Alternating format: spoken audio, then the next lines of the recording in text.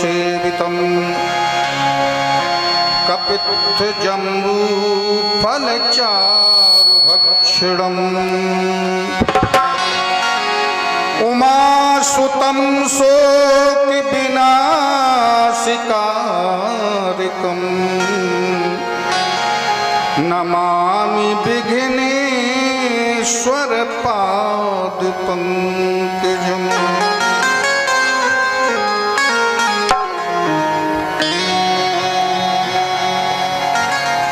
नौमीड्यते भ्रवपुषे तदिदम्बरा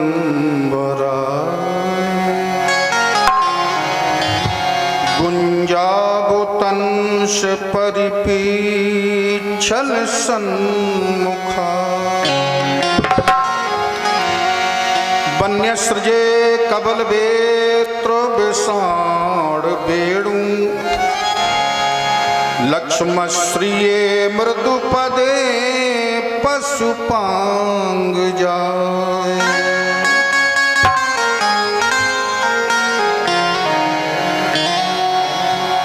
ध्येयं सदा परिभवग्नमभीष्टदोहं तीर्थास्पदं शिवविरिञ्चिनुतं शरण्यं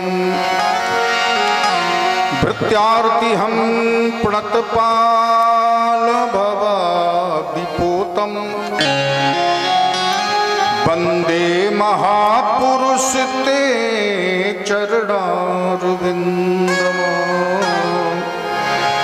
वन्दे महापुरुष ते चरणारविन्दम्।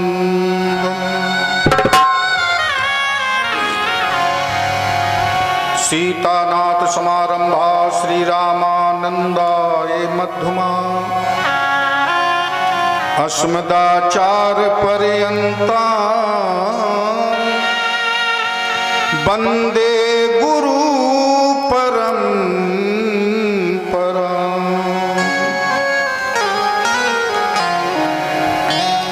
मनोजवं मारुतुल्यवेगं जितेन्द्रियं बुद्धिमतां वरिष्ठं वातात्मजं वानरयूथमुख्यं श्रीरामदूतं शरणं प्रपद्ये। श्रीरामदूतं शरणं प्रपद्ये।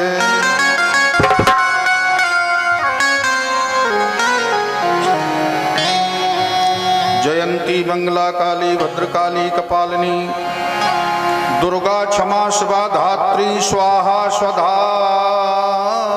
नमोस्तुते।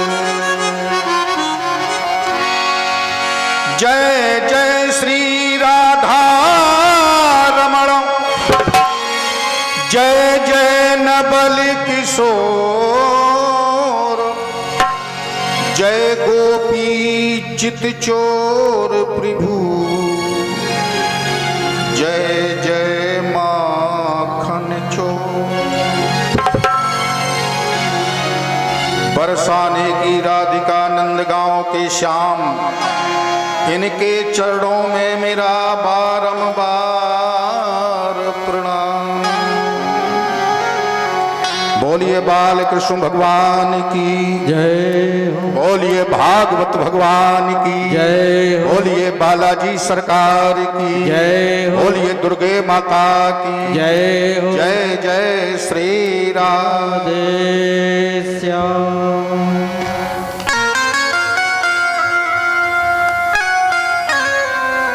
सबसे पहले हम यहाँ पर पधारे हुए समस्त श्रद्धालुओं से एक निवेदन करेंगे आज। और निवेदन ये है कि आज इस पावन नगरी में गत वर्ष की भांति जो श्रीमद् भागवत साप्ताहिक ज्ञान यज्ञ शुभारंभ हुआ है माता रानी की कृपा से, बालाजी सरकार की कृपा से, आप लोगों के अकथ प्रयास के द्वारा, तो निवेदन ये है कि सबसे पहले सभी पधारे हुए श्रद्धालु भक्त 2 बार प्रेम के साथ निष्ठा के साथ भगवत नाम संकीर्तन बोलेंगे आप लोग, ठीक है? भाई भगवान का नाम संकीर्तन क्यों बोला जाता है? सबसे पहले क्या करता है भगवान का नाम संकीर्तन, ये भी जानना जरूरी है। तो वैसे आज की कथा का शुभारंभ होना चाहिए प्रथम श्लोक से। नियम तो ऐसे ही है। जो हमारे श्री व्यास जी महाराज ने 18,000 श्लोकों की संगता तैयार की है श्रीमद् भागवत महापुराण, इसमें 18,000 श्लोक हैं। तो नियम तो ऐसा है कि जब कथा शुभारंभ हो रही है तो प्रथम श्लोक से शुभारंभ हो, लेकिन अगर लग जाए तो कोई विशेष बात हो जाती है। समय की परिधि को देखते हुए आज हम आप लोगों के समक्ष श्रीमद् भागवत महापुराण का बिल्कुल आखिरी श्लोक सुना रहे। उल्टी बात सुनो आप लोग, क्योंकि ये कलयुग का प्राणी है, उल्टा चलता है। उल्टी बात करके सीधी करके समझाओ, जल्दी समझ में आ जाती है। आप लोग को महाराज उल्टी काहे सुना रहे, बात सीधी सुनाओ। हम आखिरी श्लोक इसलिए सुना रहे हैं आप लोगों को, जैसे कोई माता अपने नादान बच्चे को चलना सिखाती है। ध्यान से सुन रहे, किसी माता का नादान बेटा है, वो चलना नहीं जानता है, और माता अगर अपने नादान बच्चे को चलना सिखाती है तो सबसे पहले उस माता को उल्टा चलना पड़ता है। बच्चे के आगे चलना पड़ता कि नहीं? क्या वो माता सीधा चलना नहीं जानती? क्या सीधा चलना जानती है, लेकिन अगर बच्चे को चलना सिखाना है तो माता को खुद उल्टा चलना पड़ता है। आप बुद्धिजीवी हैं, इसलिए हम उल्टी करके बात सुना रहे हैं आपको, कि आपकी बात समझ में आ जाए कि कलयुग के प्राणियों के लिए भगवान का नाम संकीर्तन कितना जरूरी है और क्यों जरूरी है और क्यों किया जाता है भगवान का नाम संकीर्तन, इसके करने से होता क्या है। तो अंतिम श्लोक में व्यास महाराज ने ये बताया है।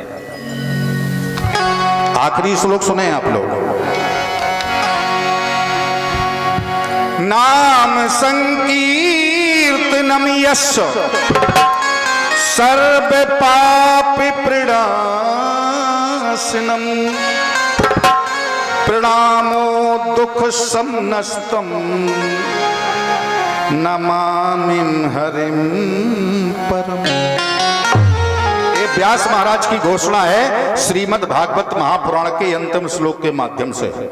ध्यान से सुनना। नाम संकीर्तनम यस, बोले सर्व पाप। भाई देखो कितनी बड़ी बात लिख दी। हमसे और आपसे जाने अनजाने में कुछ न कुछ दैनिक पाप बन जाते हैं। कोई अच्छा काम करने जा रहे हो, थोड़ी क्रिया बिगड़ जाए को पाप बन जाए, मालूम ना पड़े। कितने भी पाप बन गए हो सारे दिन में, और सारे दिन में कोई एक ही बार अगर गोविंद का कीर्तन करता है, गोविंद का नाम लेता है, तो एक बार किया हुआ गोविंद का कीर्तन करता क्या है? बोले सर्व पाप प्रणाशनम, सारी दैनिक पापों की राशि को जला करके भस्मीभूत कर देता है एक बार लिया हुआ गोविंद का नाम। कितना पावन है दोस्तों। और फिर भी ऐसे पावन नाम को हम दिन में एक बार न ले पाए, तो ये तो भगवान के नाम कीर्तन की महिमा है। सर्व पाप प्रणाशनम। आगे और लिख रहे हैं अच्छी बात इसी श्लोक में कि प्रणामो। प्रणाम करने से क्या होता है? देखो हम और आप संतों ब्राह्मणों के पास जाते हैं, माता पिता बुजुर्गों महापुरुषों गुरुजनों के पास जाते हैं, सबसे पहले उनके चरणों में दंडवत प्रणाम करते कि नहीं करते? करते हैं प्रणाम कि नहीं करते? कलश यात्रा में गए हैं, जितने भी मंदिर मिले हैं सबको प्रणाम किया। प्रणाम काय करते भैया? काय करते प्रणाम? क्या होता है प्रणाम करने से? तो ये भी बतला रहे हैं व्यास महाराज। ध्यान से सुनना। प्रणामो दुख समनस्तम। प्रणामो दुख समनस्तम यानी प्रणाम करने से दुखों का नाश होता है।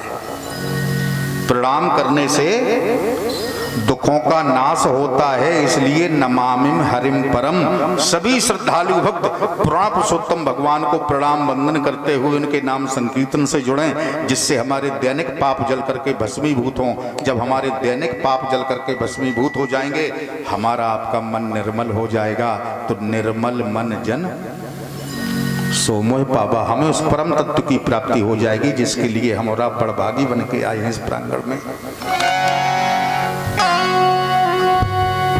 वैसे एक संत ने भी लिखा है कि कलयुग केवल नाम आधार, कलयुग केवल नाम आधारा, कलयुग केवल नाम आधारा, कलयुग केवल नाम आधारा।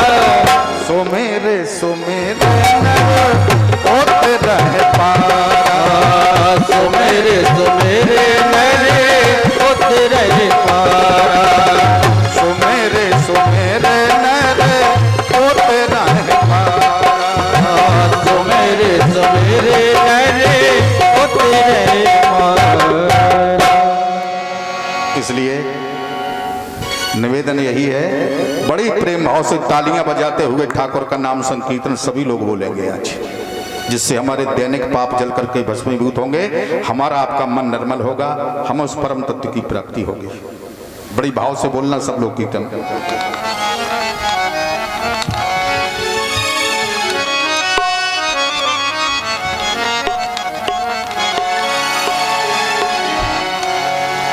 मेरो राधा रमण गिरधारी, गिरधारी श्याम बनवारी हो, मेरो राधा रमण गिरधारी, मेरो राधा रमण गिरधारी, गिरधारी श्याम बनवारी, मेरो राधा रमण गिरधारी, गिरधारी श्याम बनवारी हो, मेरो राधा रमण गिरधारी, गिरधारी श्याम बनवारी, गिरधारी श्याम बनवारी हो, गिरधारी श्याम बनवारी, गिरधारी श्याम बनवारी, गिरधारी श्याम बनवारी, हर गिरधारी श्याम बनवारी, ओ गिरधारी श्याम बनवारी, मेरो राधा रमण गिरधारी, गिरधारी श्याम बनवारी, मेरो राधा रमण गिरधारी, गिरधारी श्याम बनवारी।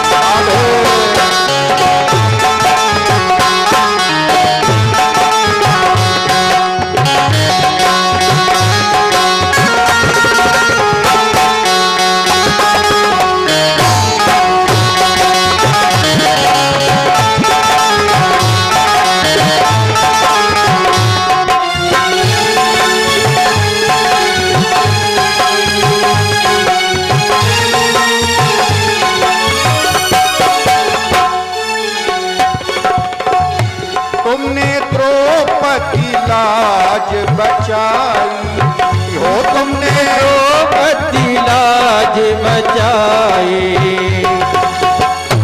तुमने ग्राहे से गज को छोड़ाई, तुमने राहे से गज को छुड़ाई, तुमने तारी, तुमने तारी, जय हो तुमने तारी अहिल्या नारी, गिरधारी श्याम बनवारी, ओ मेरो राधा रमण गिरधारी, गिरधारी श्याम बनवारी, और मेरो राधा रमण गिरधारी, गिरधारी श्याम बनवारी, ओ मेरो राधा रमण गिरधारी, गिरधारी श्याम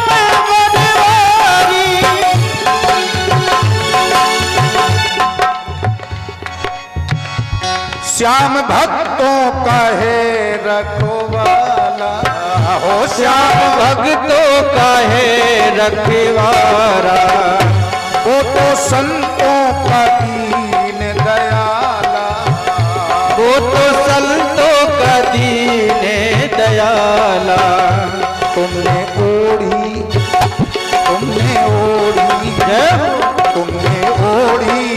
कमरिया तारी, गिरधारी श्याम बनवारी, ओ मेरो राधा गिरधारी, गिरधारी श्याम बनवारी,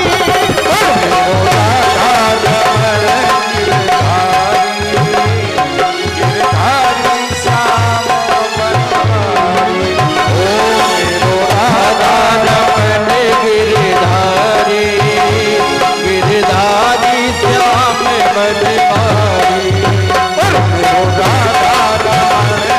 बनवारी, गिरधारी श्याम बनवारी। बोलिए गिरधारी भगवान की जय, बोलिए भक्त और उनके भगवान की जय हो, बोलिए बालाजी सरकार की जय हो, आदि शक्ति दुर्गे माता की जय हो, अपने अपने सदगुरुदेव भगवान की जय हो। जय जय श्री राधे श्याम।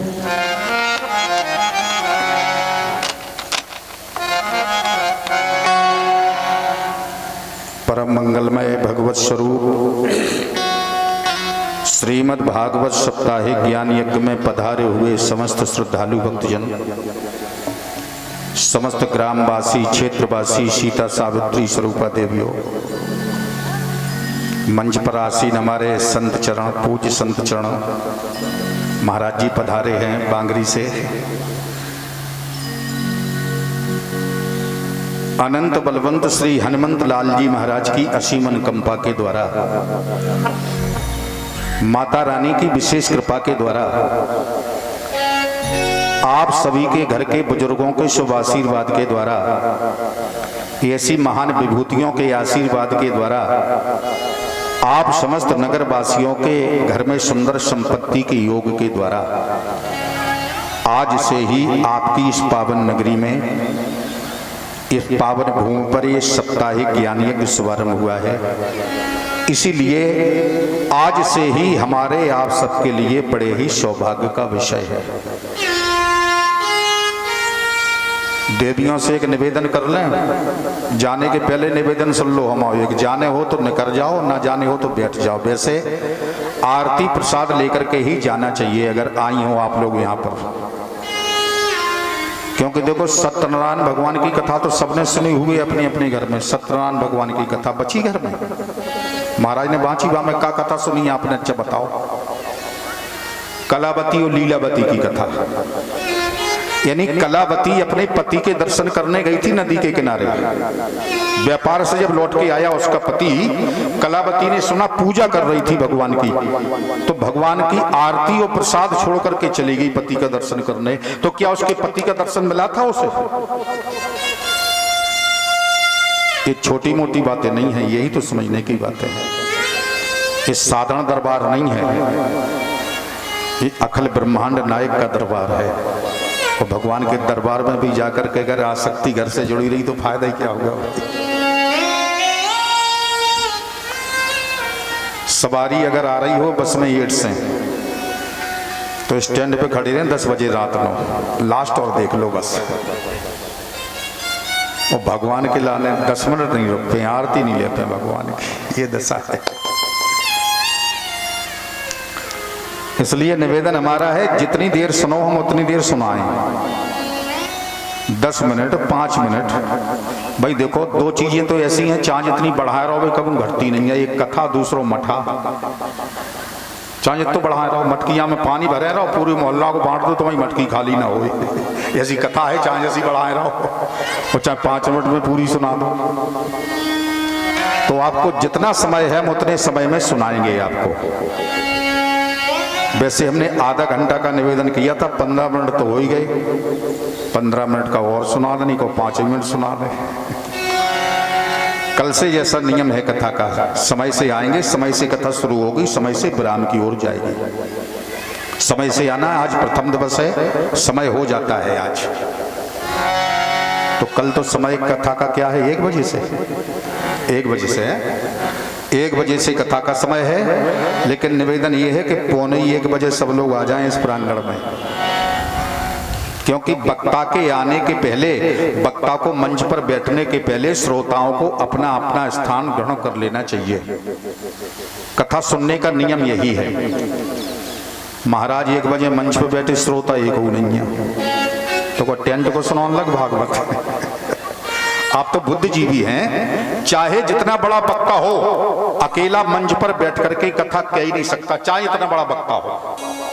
कथा को कहलाने वाले होते हैं श्रोता, और श्रोता अगर सोता है राधे, श्रोता अगर सोता है, डट के भोजन करके आ गए, वो बैठ गए, छायरी में लगी ठंड से घुर्रक देने लगे। देखियो देवता से खेलत देखे हैं कछु 2-4 दिना दे ऑन दो भीड़ तक। श्रोता अगर सोता है तो बकता पर बकता है, वो तो बकरौबा के मन में जो आ रही है, बकता है बकेगो तो। और श्रोता अगर श्रोता है तो बकता पर बकता है। आप बुद्धिजीवी है, ज्यादा कहने की आवश्यकता नहीं है। गूढ़ तत्व नहीं साध दुरावे, और आरत अधिकारी जहां पावे। आरत बन करके अगर श्रोता पूछ देता है तो गूढ़ से गूढ़ रहस्य बकता बता देता है। तो चलो प्रथम श्लोक की तरफ चलें। अब सरस्वती नदी के किनारे व्यासी महाराज ने इस महापुराण का जब लेखन किया, वैसे व्यासी महाराज ने लेखन नहीं किया इसका, श्लोक बोले हैं व्यासी महाराज ने। लिखा किसने है मालूम है? गणपति महाराज ने, गणेश महाराज ने लिखा ये पुराण। 17 पुराणों की रचना करने के बाद मन में शांति नहीं है व्यास महाराज के, खिन्नता है। घर में करोड़ों की दौलत बनी रहे, इतनी दौलत आपके घर में हो कि आप दौलत को बिछाएं, दौलत पर लेटें, दौलत को ओढ़ें और दौलत ही को खाएं, इतनी दौलत आपके घर में हो, लेकिन अगर मन में संतोषी ना हो, किस काम की दौलत है? इसलिए का संतोषी सदा सुखी और असंतोषी सदा दुखी। व्यासी महाराज के मन में सांत्वना नहीं है, सोच रहे हैं कैसे शांति प्राप्त हो, लेकिन शांति की तलाश में जो हमेशा निरंतर आगे की ओर बढ़ता है तो उसे संतों को ढूंढना नहीं पड़ता, संत खुद आ जाते हैं कल्याणकारी मार्ग देने के लिए।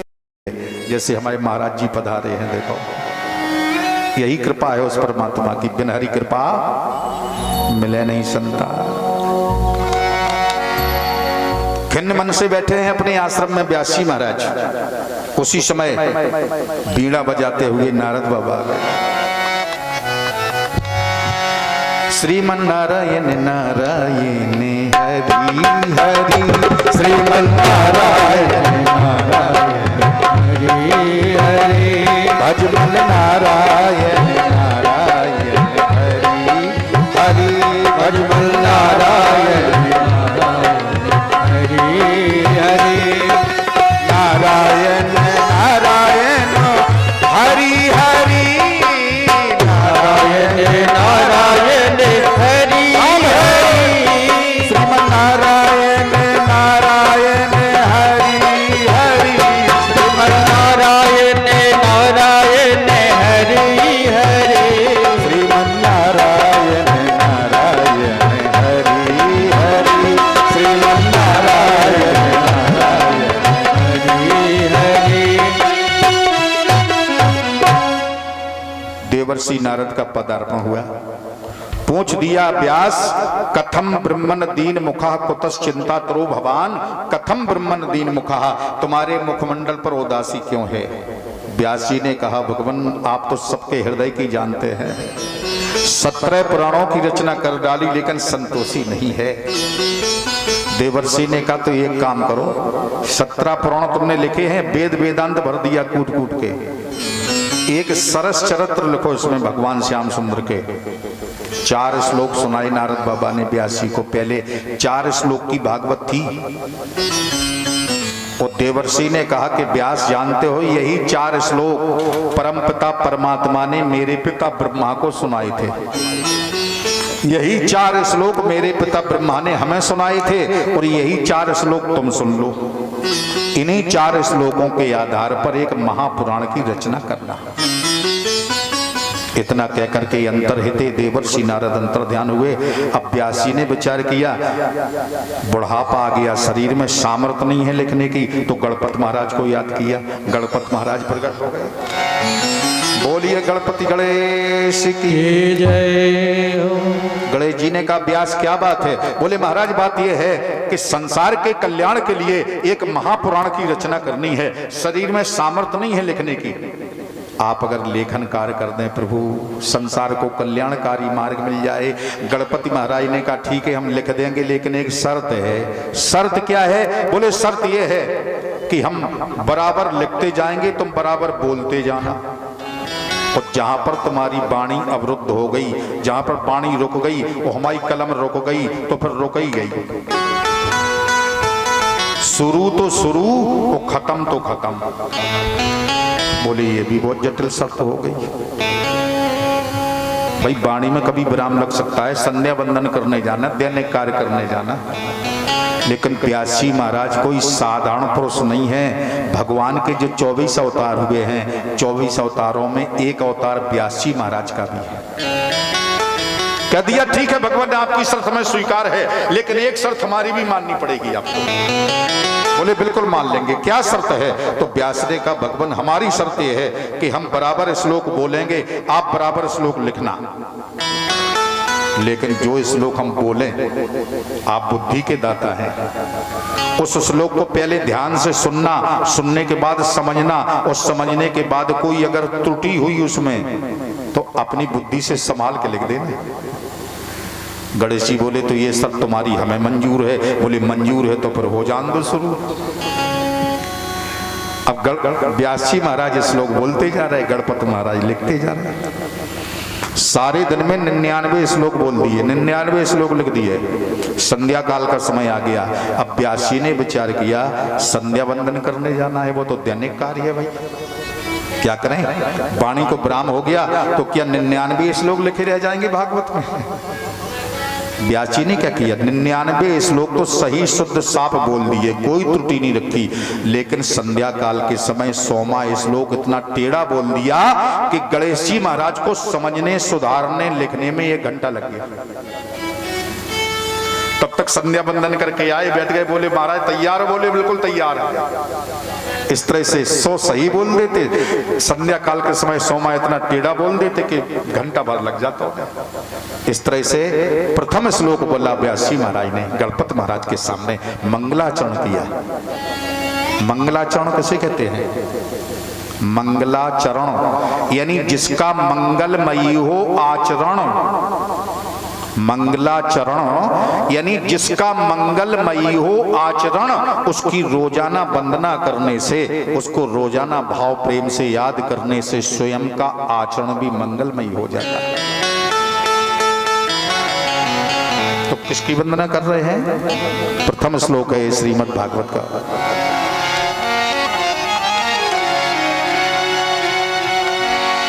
सच्चिदानंद रूपाय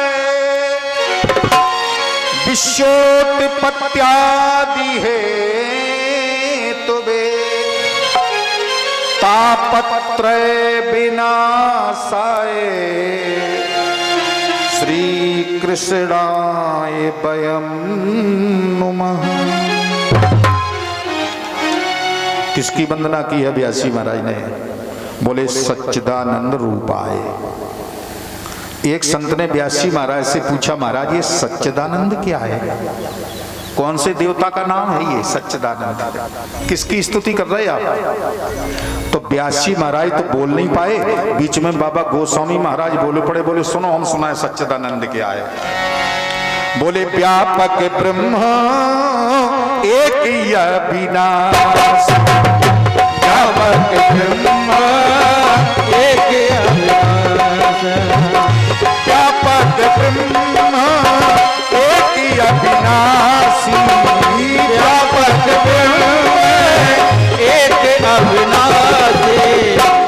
चेतन घन आनंद राशि, सत चेतन घन आनंद राशि, सत चेतन घन आनंद राशि।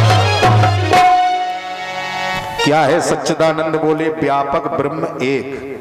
ब्रह्म एक है और कैसा है? बोले अविनाशी, जिसका कभी विनाश नहीं होता है। उसका स्वरूप क्या है? बोले स्वरूप तीन है, सत चेतन घन आनंद राशि यानी सच्चिदानंद रूपाय, सत चित आनंद यानी सच्चिदानंद।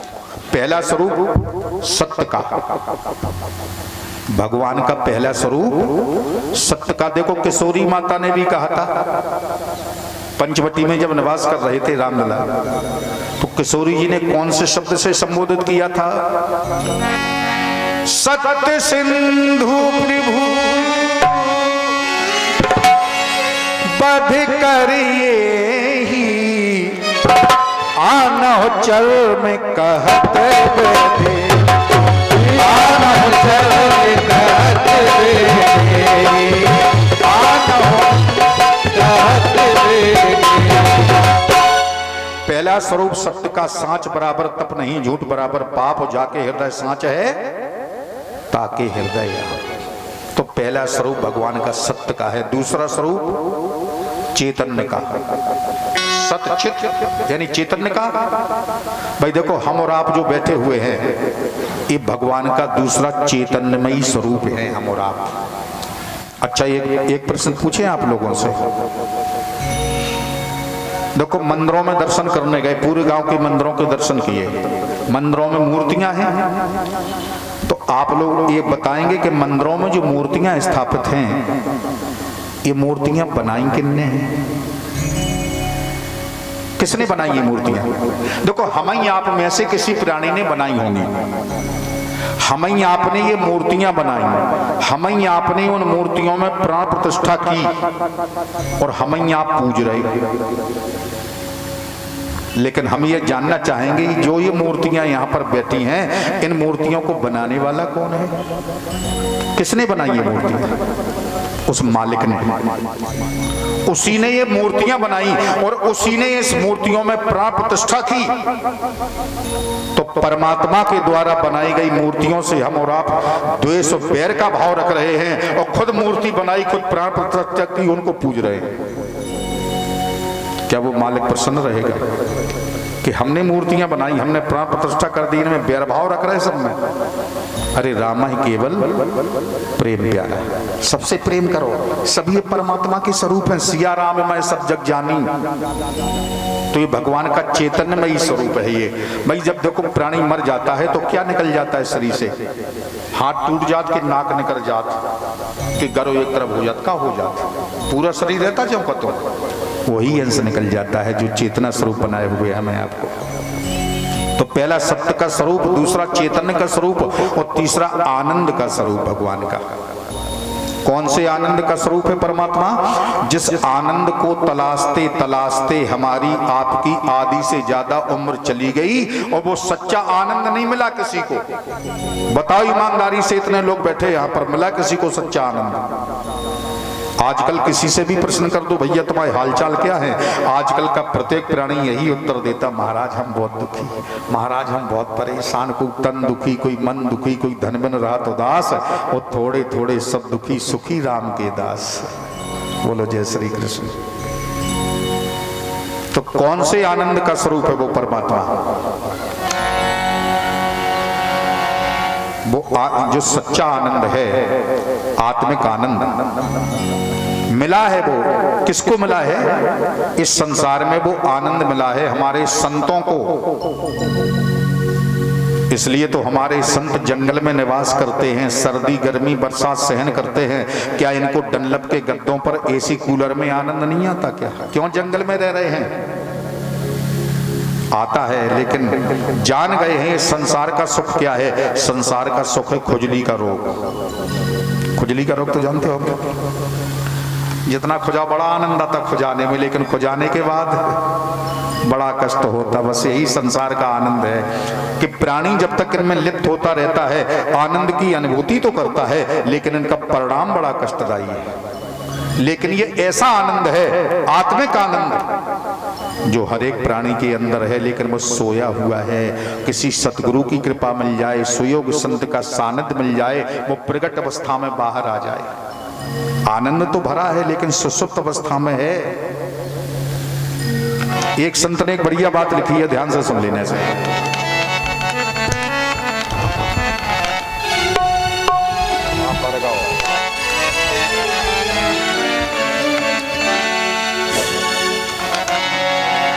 कि नभ क्या कहता है गरज गरज,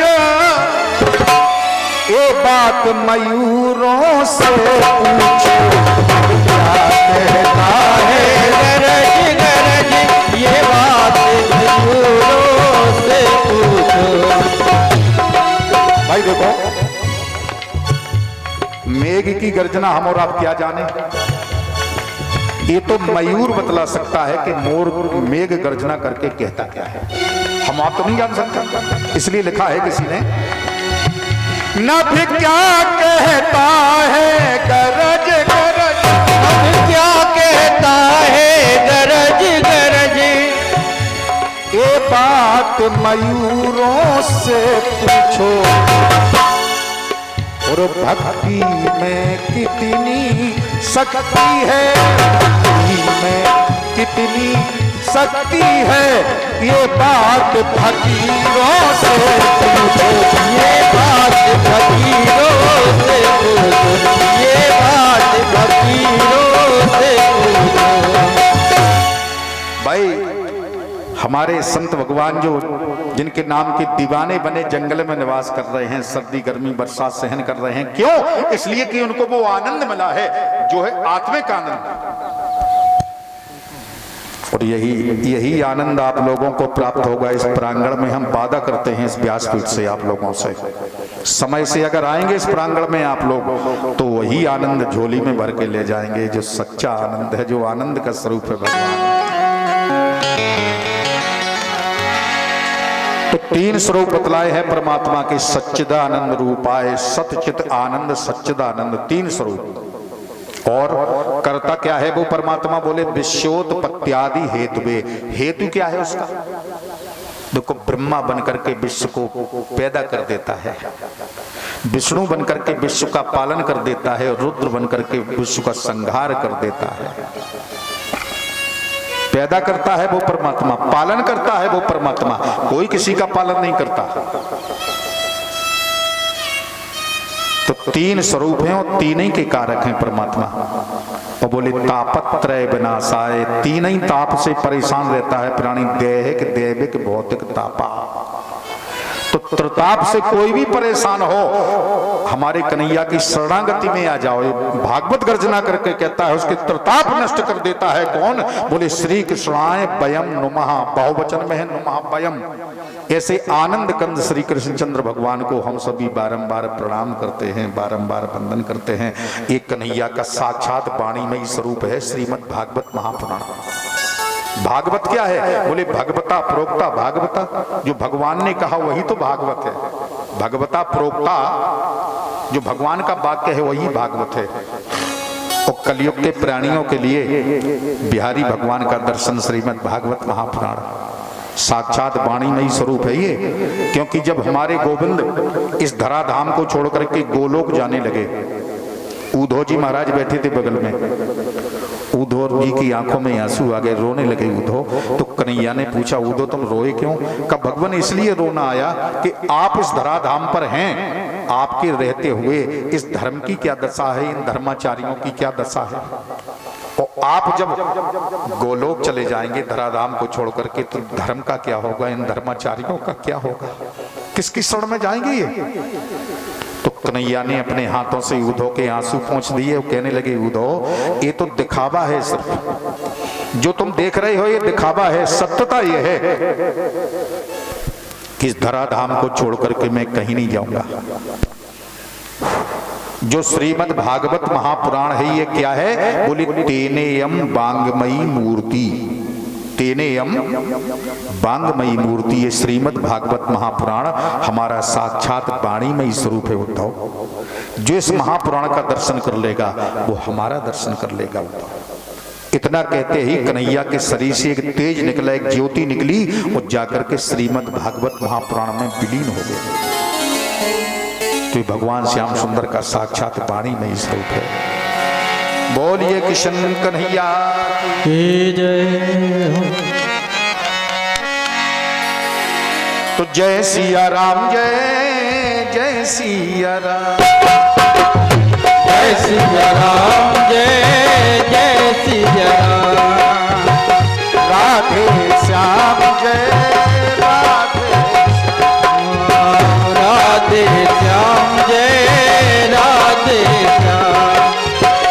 जय सिया राम, जय सिया राम, जय सिया राम, जय जय सिया राम। राधे श्याम, जय राधे श्याम, राधे श्याम, जय राधे श्याम। राधे श्याम, जय राधे श्याम, राधे श्याम, जय राधे। बोलिए राधा कृष्ण भगवान की जय हो।